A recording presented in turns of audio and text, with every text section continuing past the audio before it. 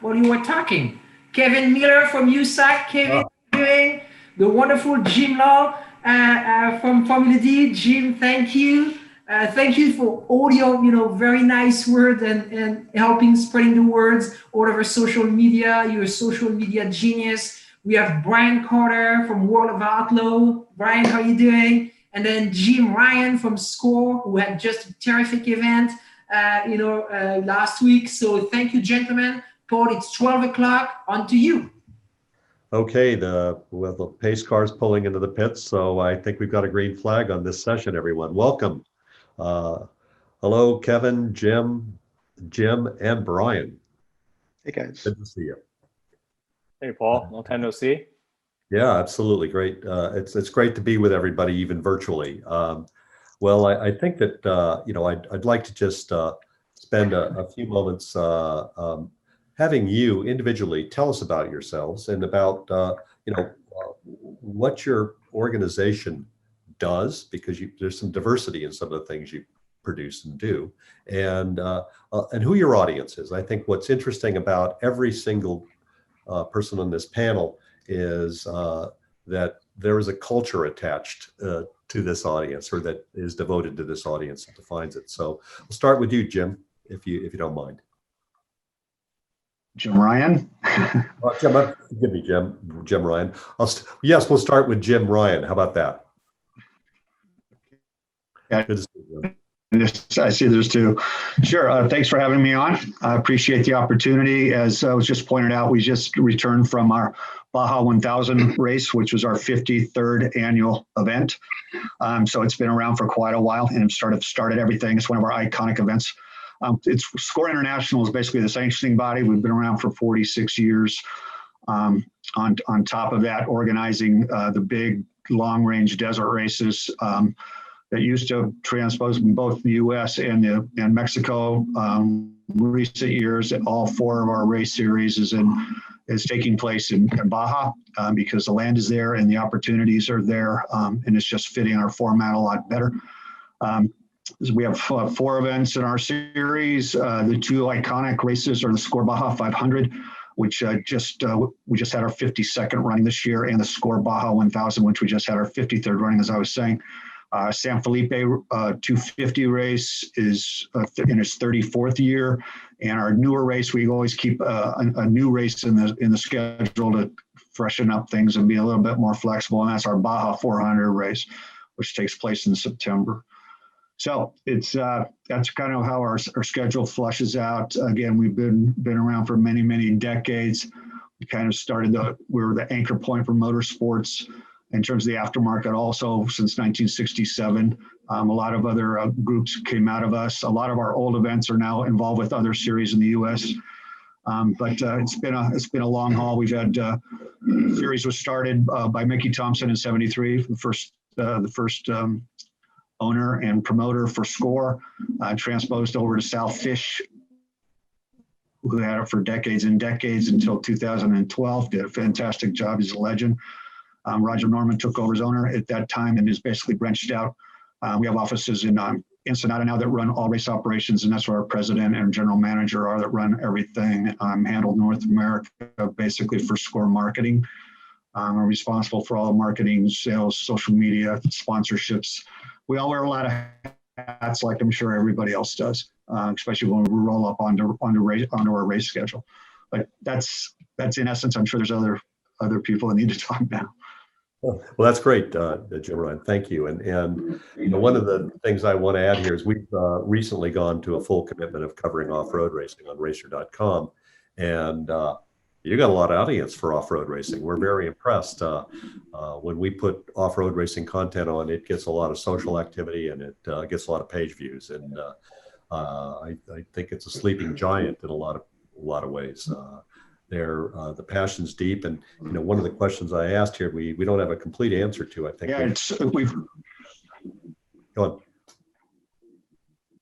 on. I'm sorry. There's a lag, but yeah, we just experienced that. We just experienced that whole growth, especially with COVID.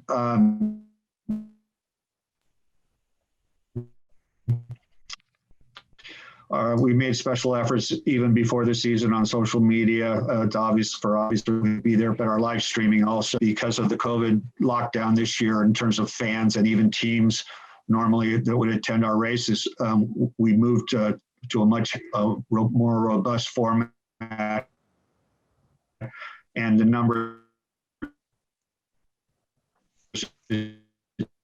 we've been establishing off the Baja 500 and the Baja 1000, see the numbers come up. They're definitely. That's great. Well, thank you, Jim. And I want to go to Brian Carter now, if we can. Hello, Brian. This is the first time we've met, so great to see you. Nice to meet you too. Yeah, we're the World of Outlaws and Dirt Cars. So we're based out of Concord, North Carolina. We've been the brands that we represent are well established. Been since the early '70s and '78 with the World of Outlaws. So we're in our 40th year, getting ready to celebrate our 50th year. Several of our major events this year. If it's got circle track dirt racing in the North American marketplace, we're involved with it pretty much. 5,500 sanctioned races a year and at 13 different classes, but with the premier events highlighted by the World of Outlaws sprint cars, late models, and then the big block modifieds in the Northeast. So operating in 37 different states, pretty much year round. We started the 2021 season last weekend, kicked off our winter series, and we run pretty much February through November with the primary series, 250 major sporting events a year. So we do our own TV broadcasts, have our own streaming networks, and have sort of a fully integrated motorsports entertainment operation here in North Carolina. Yes, Brian, you're producing a tremendous amount of content. I mean, that's what strikes me about your business. You've embraced being a content company. Yeah, we have 357 race nights of live broadcast TV next year scheduled on the Dirt Vision network, which is our own network, in addition to providing a significant number of unique programming pieces to our partner at CBS Sports. So it's kind of the CBS becomes a marketing platform. It's all an awareness campaign for us, including Dirt Vision. It's an awareness campaign to drive people to the racetrack, and it's been quite successful. It shows, and it's one of the most exciting things I've ever seen in my life are World of Outlaws races. I will tell you, a few things scare the crap out of me, but watching some of these races, just my hands are shaking afterwards. It's so exciting. Yeah. It's a challenge being responsible for keeping everybody safe, not only on the racetrack, but at the racetrack, and keeping that type of vehicle. And Kevin's got the same challenges that I do relative to that. To keeping those race cars on the racetrack and everybody safe is one of our primary concerns, and we've both been pretty successful at it over the years. Yeah, given the volume of laps you're collectively run, it is impressive. So thank you. And I'm going to come back to a question about audience and market in a little bit with all of you. Kevin, good to see you again. Hey, Paul, good to see you. Makes me smile to see everybody that I know well and work with. So good to see everybody. The United States Auto Club, obviously we've been around a long time, and we've been under quite a bit of a transformation over the last 10 years. A lot of people don't understand our business model, but at core, we are a sanctioning body. And people know of USAC as sprint car and midget racing around the dirt tracks. But when I look at our business today, that's only 2% of our membership base for competition licenses. In the last few years, we've acquired the American Rally Association.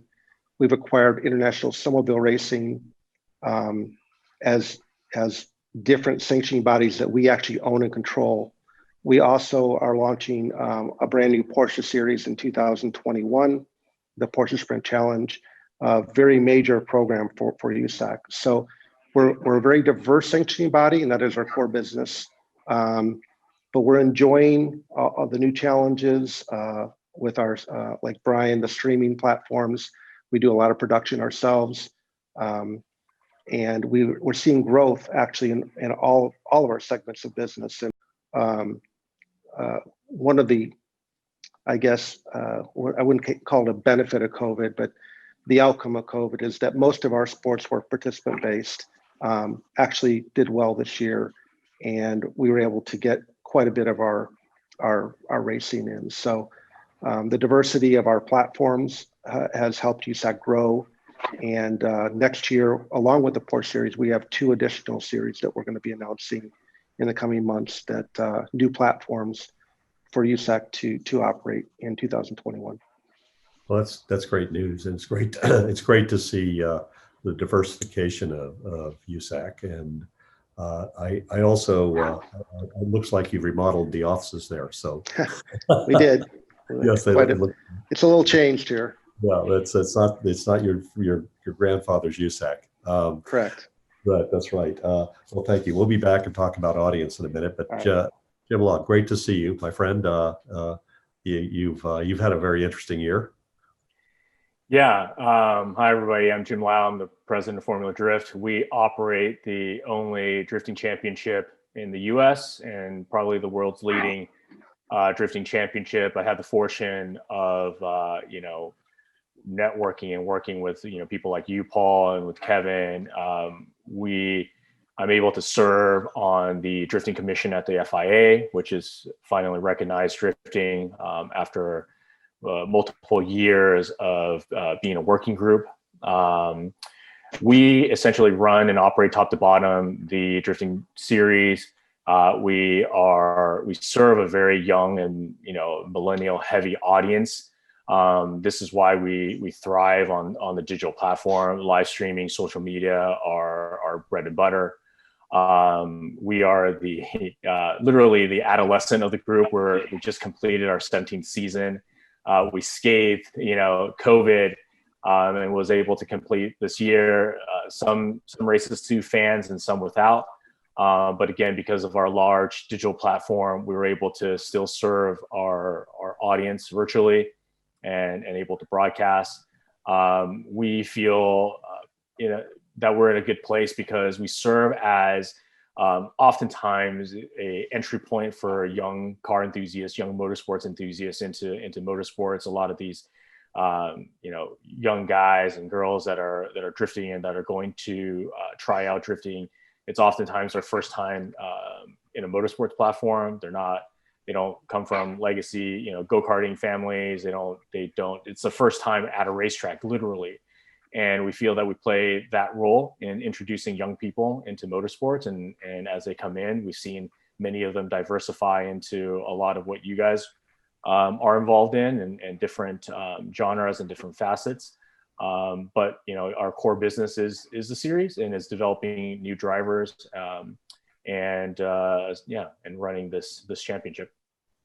Well, great description, by the way. And I think that one of the things I really like about what you do is you're not just building a motorsports competition or event. You're building a culture by all the things you do. You've really built a powerful cultural connection to your audience. I think all of motorsport could learn from this, Jim. And I'd like to pivot to the audience question using our conversation as the starting point. When you look at motorsports going into this post-COVID era, obviously we all want to see younger audiences embrace motorsports, both female and male. We want to see more diversity. What advice and what learnings can you share with the rest of us about what you do and how it might apply beyond your own championship? Yeah, I think we've been fortunate enough that our audience growth, though a lot of it, mostly organic, we're able to speak their same language. We're able to function and communicate and engage with them. One thing that we're definitely missing from this year is the live event atmosphere. Our audience thrives in that community. Cars and coffee morning, car meets, to be able to socialize with people, and we have to find a way to get that back. But I think we offer a pretty open access, open environment. The teams have supported that to be engaging and friendly and open to interacting with fans. Prior to all this, I think that's been a foundation of growth of our sport. And then we've kind of celebrated the diversity of the characters in the series. Different, drivers of different backgrounds, of different styles, really. And when you refer to culture, we always kind of refer back to, our audience a lot of them comes from an action sports world where, yes, being on the podium and winning is very important, and we have to obviously continue that, and we celebrate that, and sponsors partner with teams that are successful, but there's almost as much of who the driver is and who their character is, how they are off the track and in the drifting community, in the car community, that is just as appealing as their results on track. And so, we continue to evolve and improve that, but coupling both of that, who a person is, their human story, as much as them as a competitor and their successes on track has been successful for us. Well, that's a profound truth you just shared with all of us, because I think that is the essence of what I see you've been doing.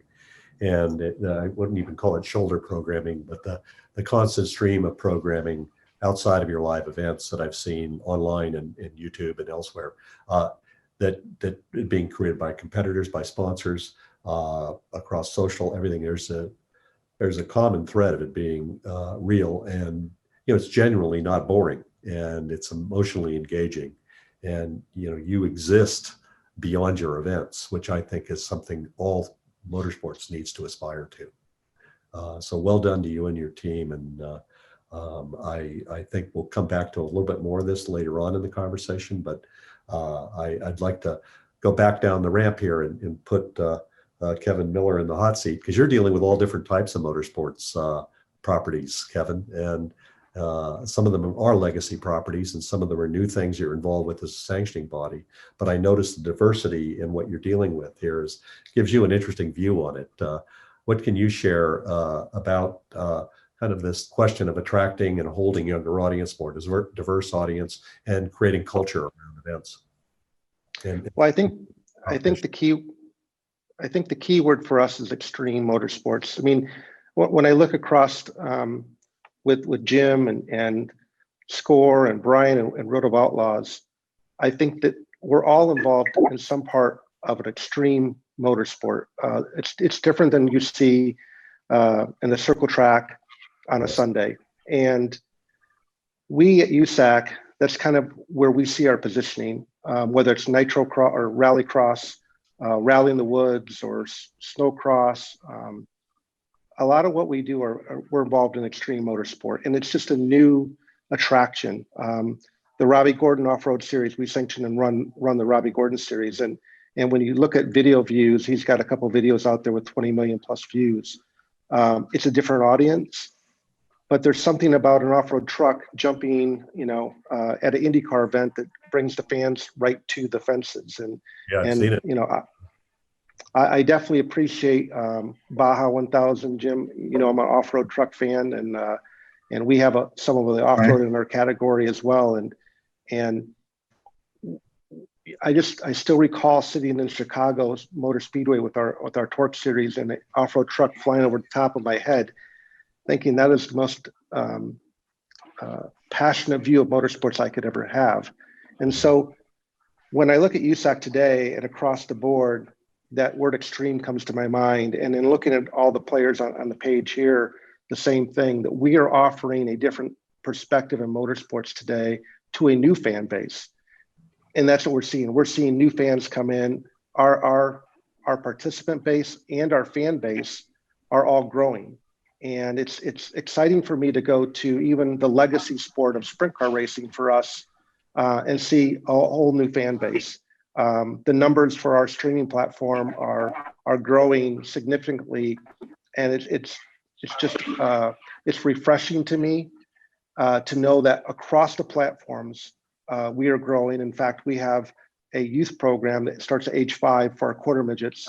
That we have now over 55 clubs across the country. We race with IndyCar and NASCAR at major events, and that sport, when you go and see a 5 or 6 year old in a quarter midget. doing laps at pretty quick pace at Daytona International Speedway, and you see a group of NASCAR guys sitting over at the fence watching them.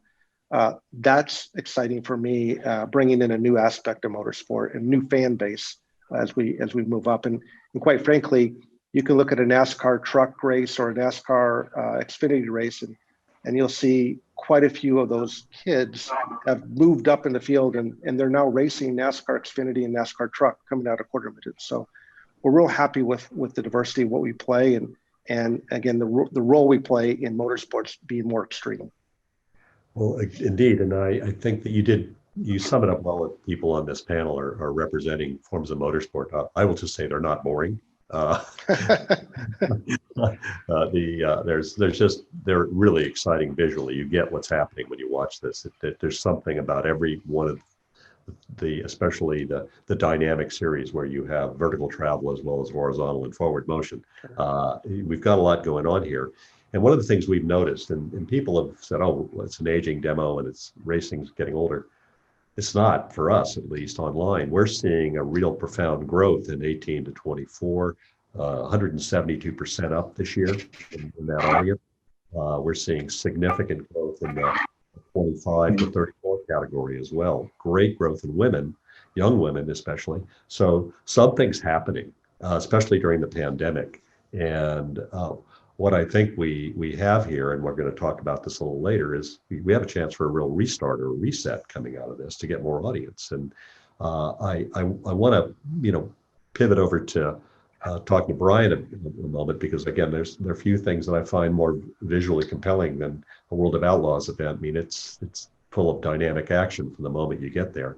How do you see this shift in attracting audience and bringing new fans and new audience to the sport with everything you're doing, Brian?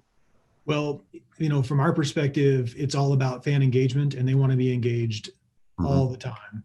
And it's not creating the stories; it's really just telling the stories that are happening around our events and the families and the competitors that are entertaining everybody. So the beauty of what we do is, like you said, is an extreme sport, but it's comprised of characters that people want to get to know. So what's been happening over the last few years is the technology has come to us to the point where we can engage those fans on a daily basis, on an instantaneous basis. It matches the attention span of what we really want our captive audience to be. So it really, the technology coming to us at the same time, we've been shepherding the sports we've all loved so much to get to the point where now it's available to us. Again, to the words I used, awareness campaign. So it's awareness, engagement, entertaining. You want to see and feel the race cars. The beauty of all of our sports is the fans can get close to these vehicles, all of us, in the paddock or in the pit area, and they can get to feel it and feel like they're part of something when they can first time at the racetrack. And that's something very unique to all of our sports that here are represented today. So, our job is to engage the ones that are aware and continue to push the awareness. They want it in their hands. They want it online. They want it where they're sitting. They want it in the phone. They want to see it now. And thank goodness the tools and technology have come to all of us over the last few years to allow us to do that into something that we've all had. We've all known what we have.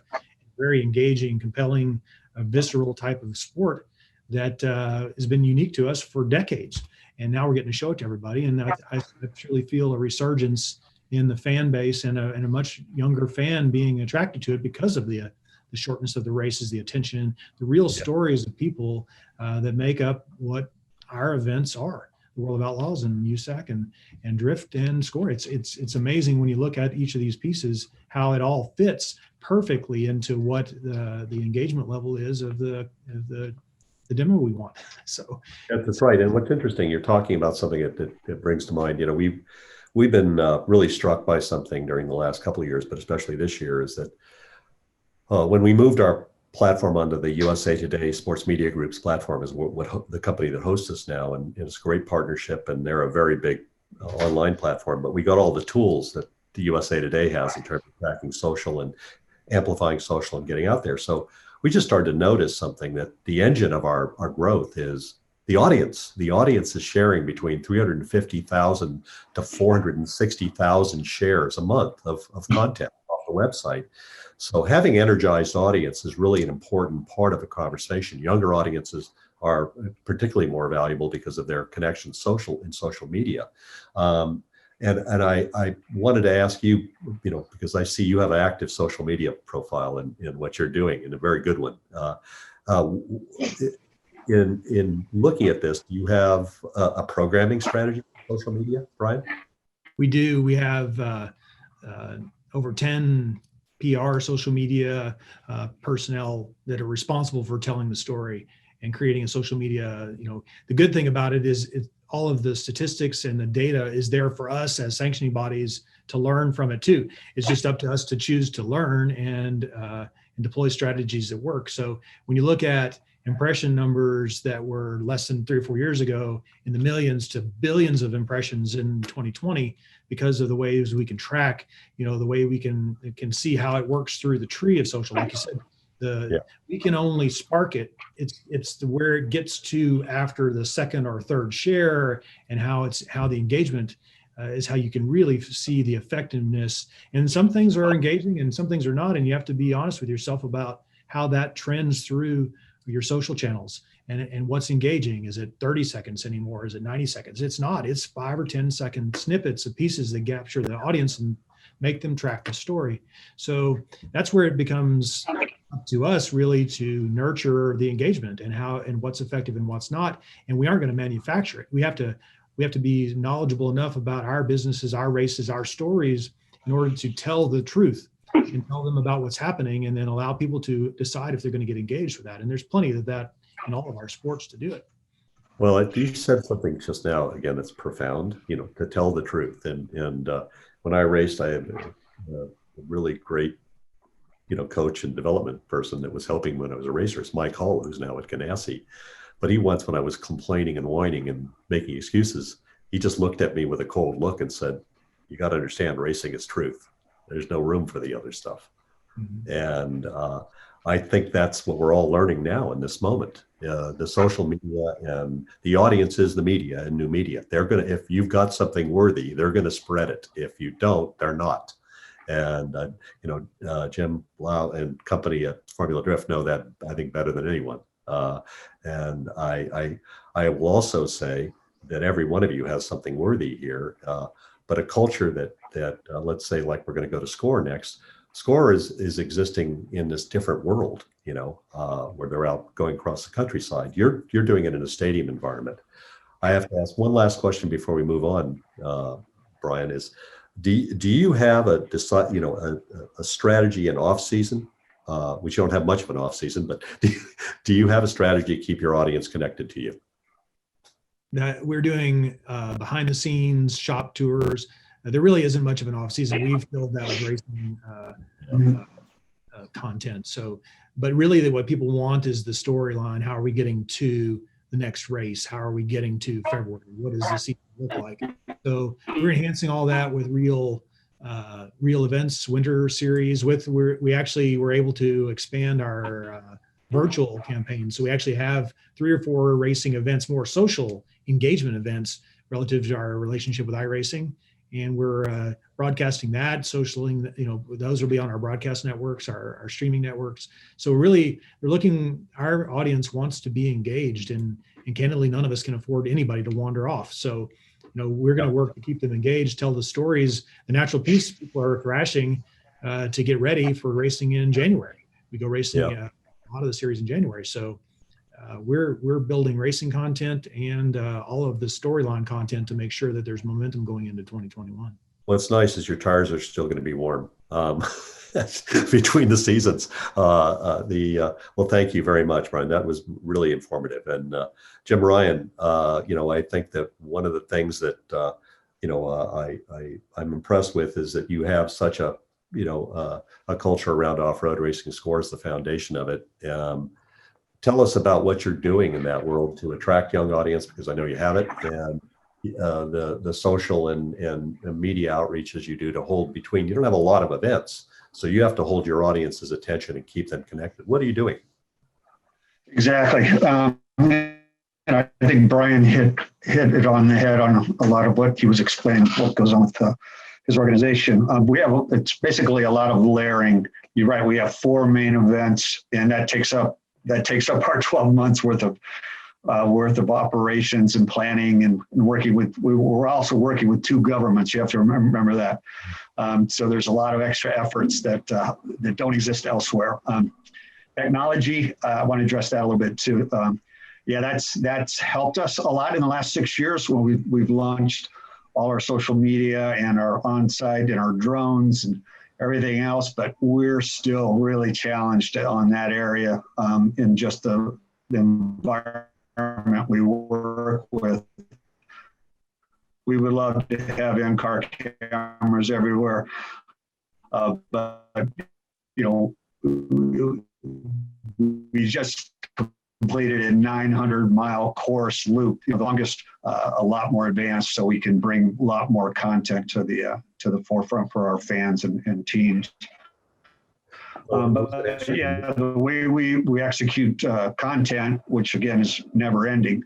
I'm sorry, go ahead. I was just going to ask you, this something, Paul? You're producing content, but it's more than just a race. It's an adventure. It's a life story. It's right. Really one of the last original forms of motorsport. This is what motorsport started as, effectively. And when you set out at the beginning of the race, this is epic. What do you do? You've got the content during the event. What is your strategy after the event? What do you do with this content? Correct. And that's what I said. It comes in layers. So a lot of historical pieces too over the last 6 years, but we're always keeping with our assets we have. There's obviously social media hits immediately. We have a digital publication called Score Journal that hits that next layer of in-depth content, which again, in the way media is nowadays, there is no more magazines, and on high performance, any types of in-depth information coming out of the off-road performance area. We do a really good job there, and we get a couple million unique viewers a month just on the Score Journal, being a digital publication. Our main goal is to keep the fans busy with updates, whether it's historical perspectives, team reviews, interviews, tech pieces, safety features. We still encounter all that, engine builders, programs. That's what keeps them still interested in between the races. And every time we roll up onto race information, it just explodes the engagement time and our audience reach. So that gets to there. In terms of on-site, it's basically obvious live streaming, social media rule the day on our on-site during the race time period. Score Journal follows up with the feature elements, our ABC, our World of X Games programs for the Baja 1000 that'll hit in January. So it's all kind of layering at that point. So it really never ends. We're ending one race and heading into the other. And one thing, we've seen an interesting phenomenon with the coverage of your events that we don't see in other forms of motorsport that we cover. We cover close to 50 different categories of racing on racer.com. But one thing that happens with your events, we have a really decent amount of social media activity during the event, but there's like a sonic boom after your event when everybody's back and the culture, the community has moved back to wherever they live and whatever's happening. And the stories have a second life of acceleration because your culture is living it down there with you, or the competitors come back and there's literally another acceleration of the content on social. And the first time I saw it, I didn't understand what I was seeing, but it's interesting. And I think that where I was ultimately going to go with this is that your events seem bigger because you don't have many of them. They're almost like 4 Christmas days, if you will, for your competitors. What do you do to build the anticipation, to build the excitement about those limited number of events? Right.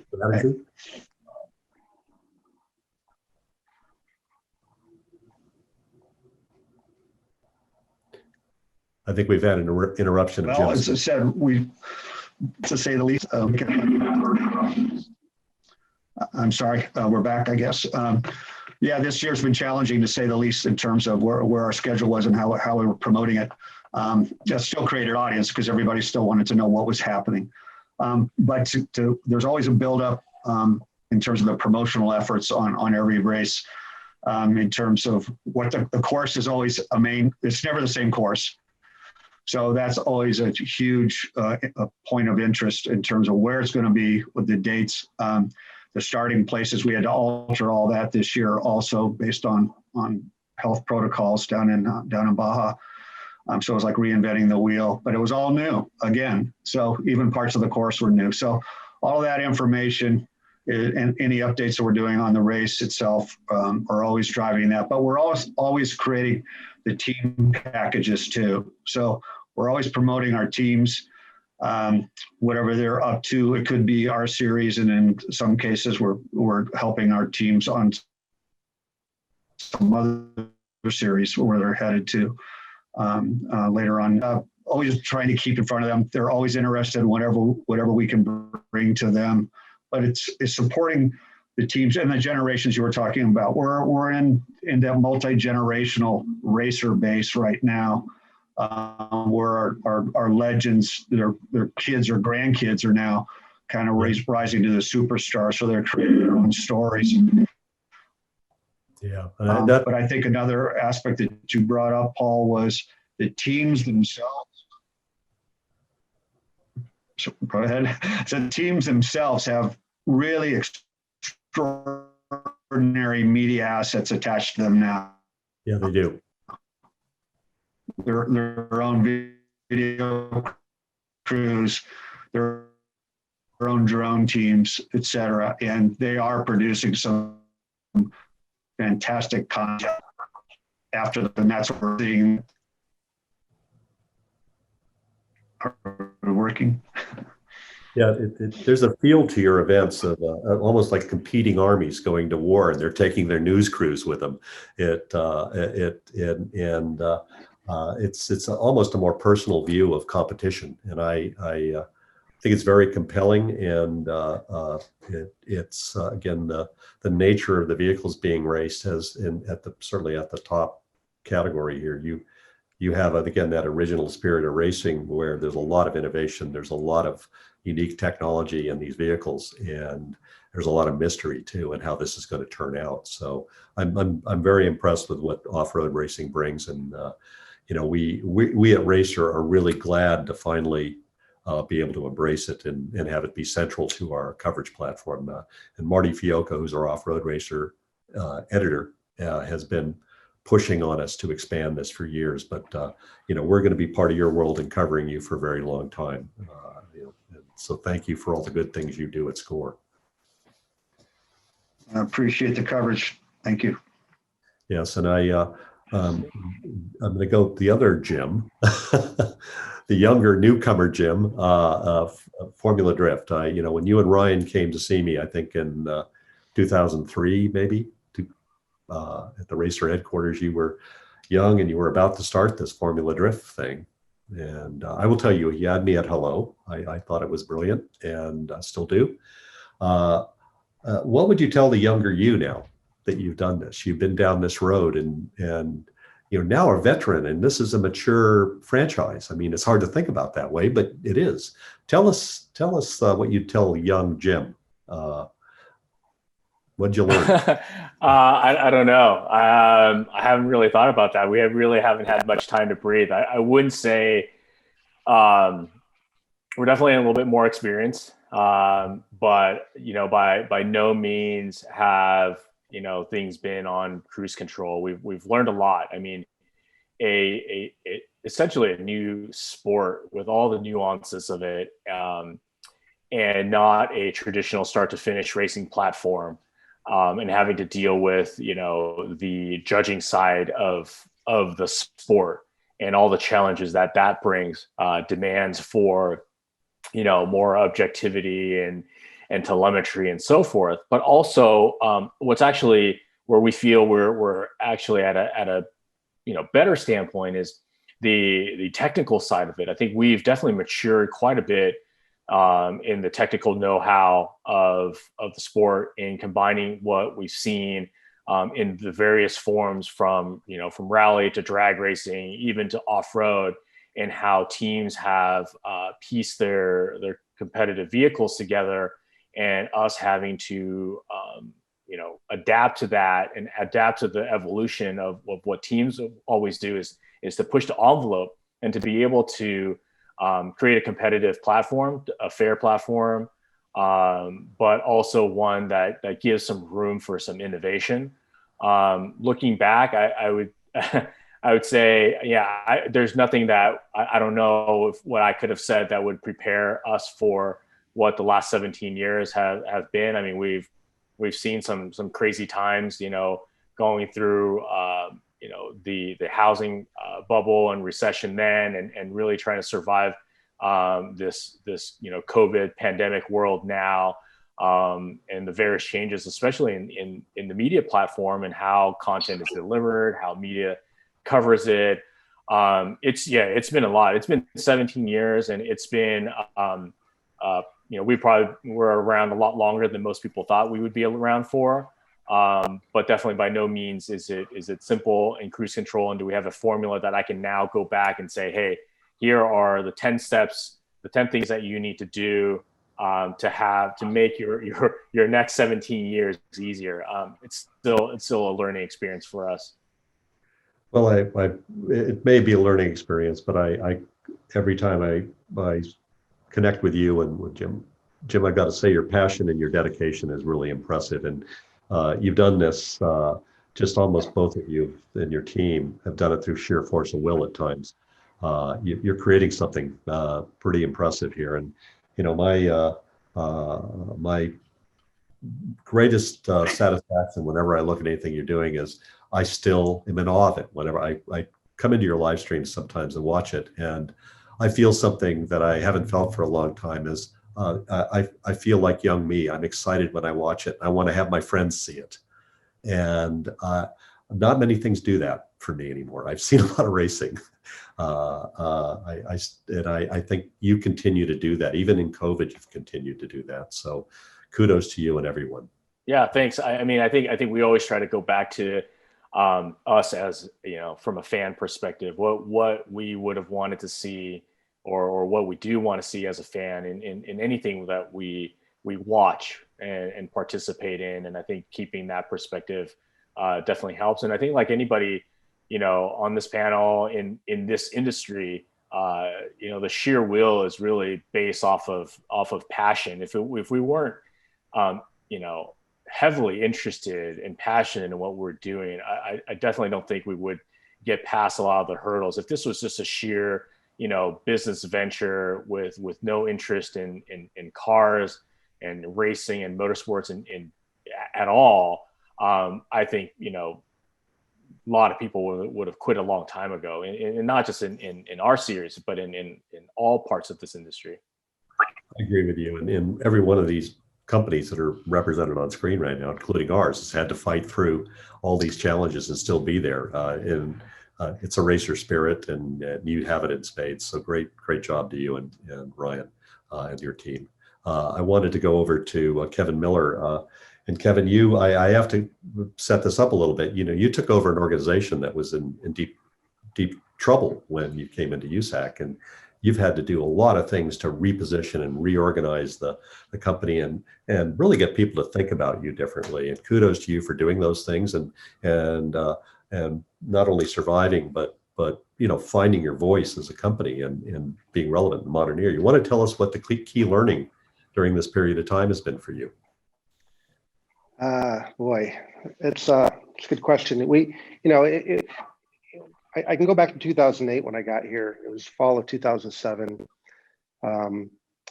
I took a gamble. I had a nice position with Mopar, but I always wanted to do something different. And I didn't want to retire at Chrysler. And when I got to USAC, quite frankly, it was in trouble. And I didn't realize how bad trouble was until 2008 when the stock market kind of crashed. And I think the motorsport industry felt it more in 2009, 2010 as the small business owners started struggling. And those are lean years. But probably the turning point that I can go back to was a conversation with Ricky Johnson over a beer at a show in Reno, and he talked about starting an off-road series. And we just chuckled and said, well, we can wave the flags for you. And that Wow. started and kicked off a series called Torque, the Off-Road Championship. And it was a lot of sweat and tears for 3 or 4 years to build Torque. At the end of that, it didn't do much for us, but what it did do is it connected some dots. It connected dots to some sponsors. It was a great television learning experience with Discovery and a reality show.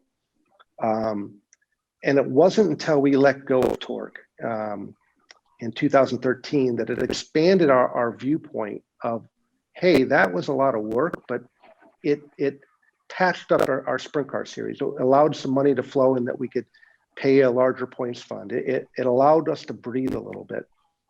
And it kind of set us on a mission that we went out and we continued sanctioning off-road, but we got into rally, we got into rallycross.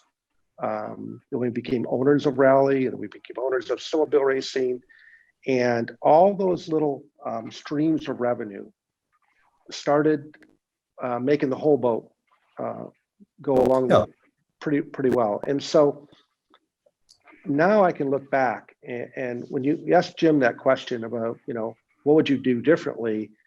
There were some pretty lean years and pretty tough. I remember this time of year for several years, I would go, I don't know how we're going to make it next year.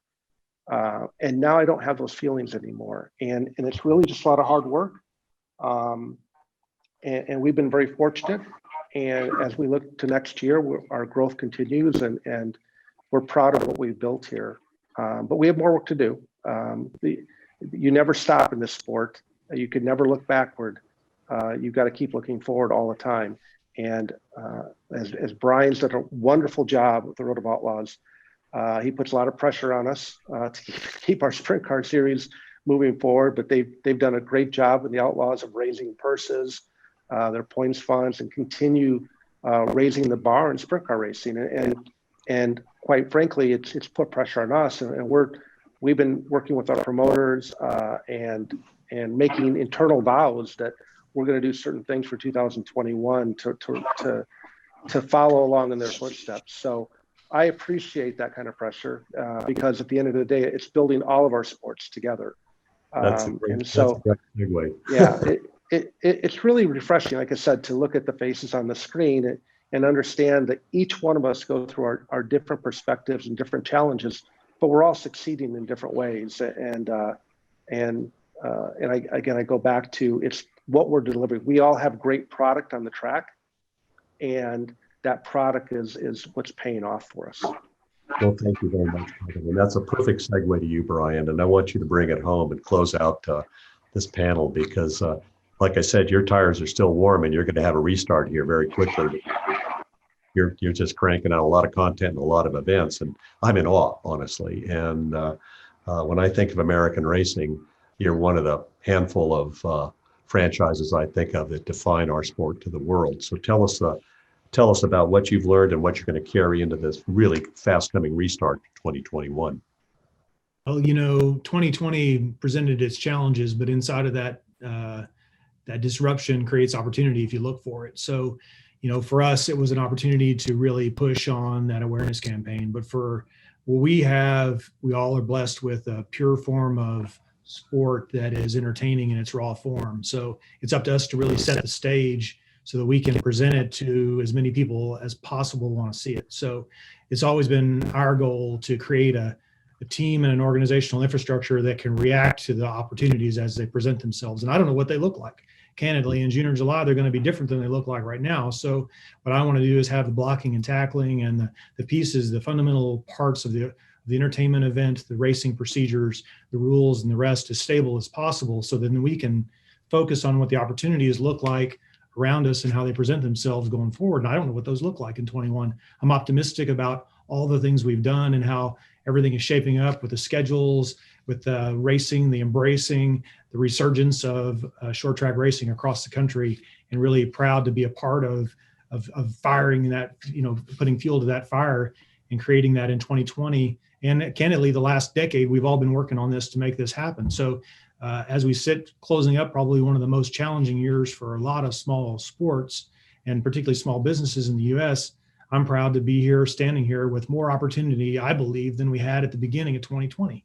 So, and that is, it's truly a testament to the hard work of everybody on the screen and candidly, the teams, the promoters, the sponsors all around us that allowed us to be here today and standing at the door of 2021 with some optimism.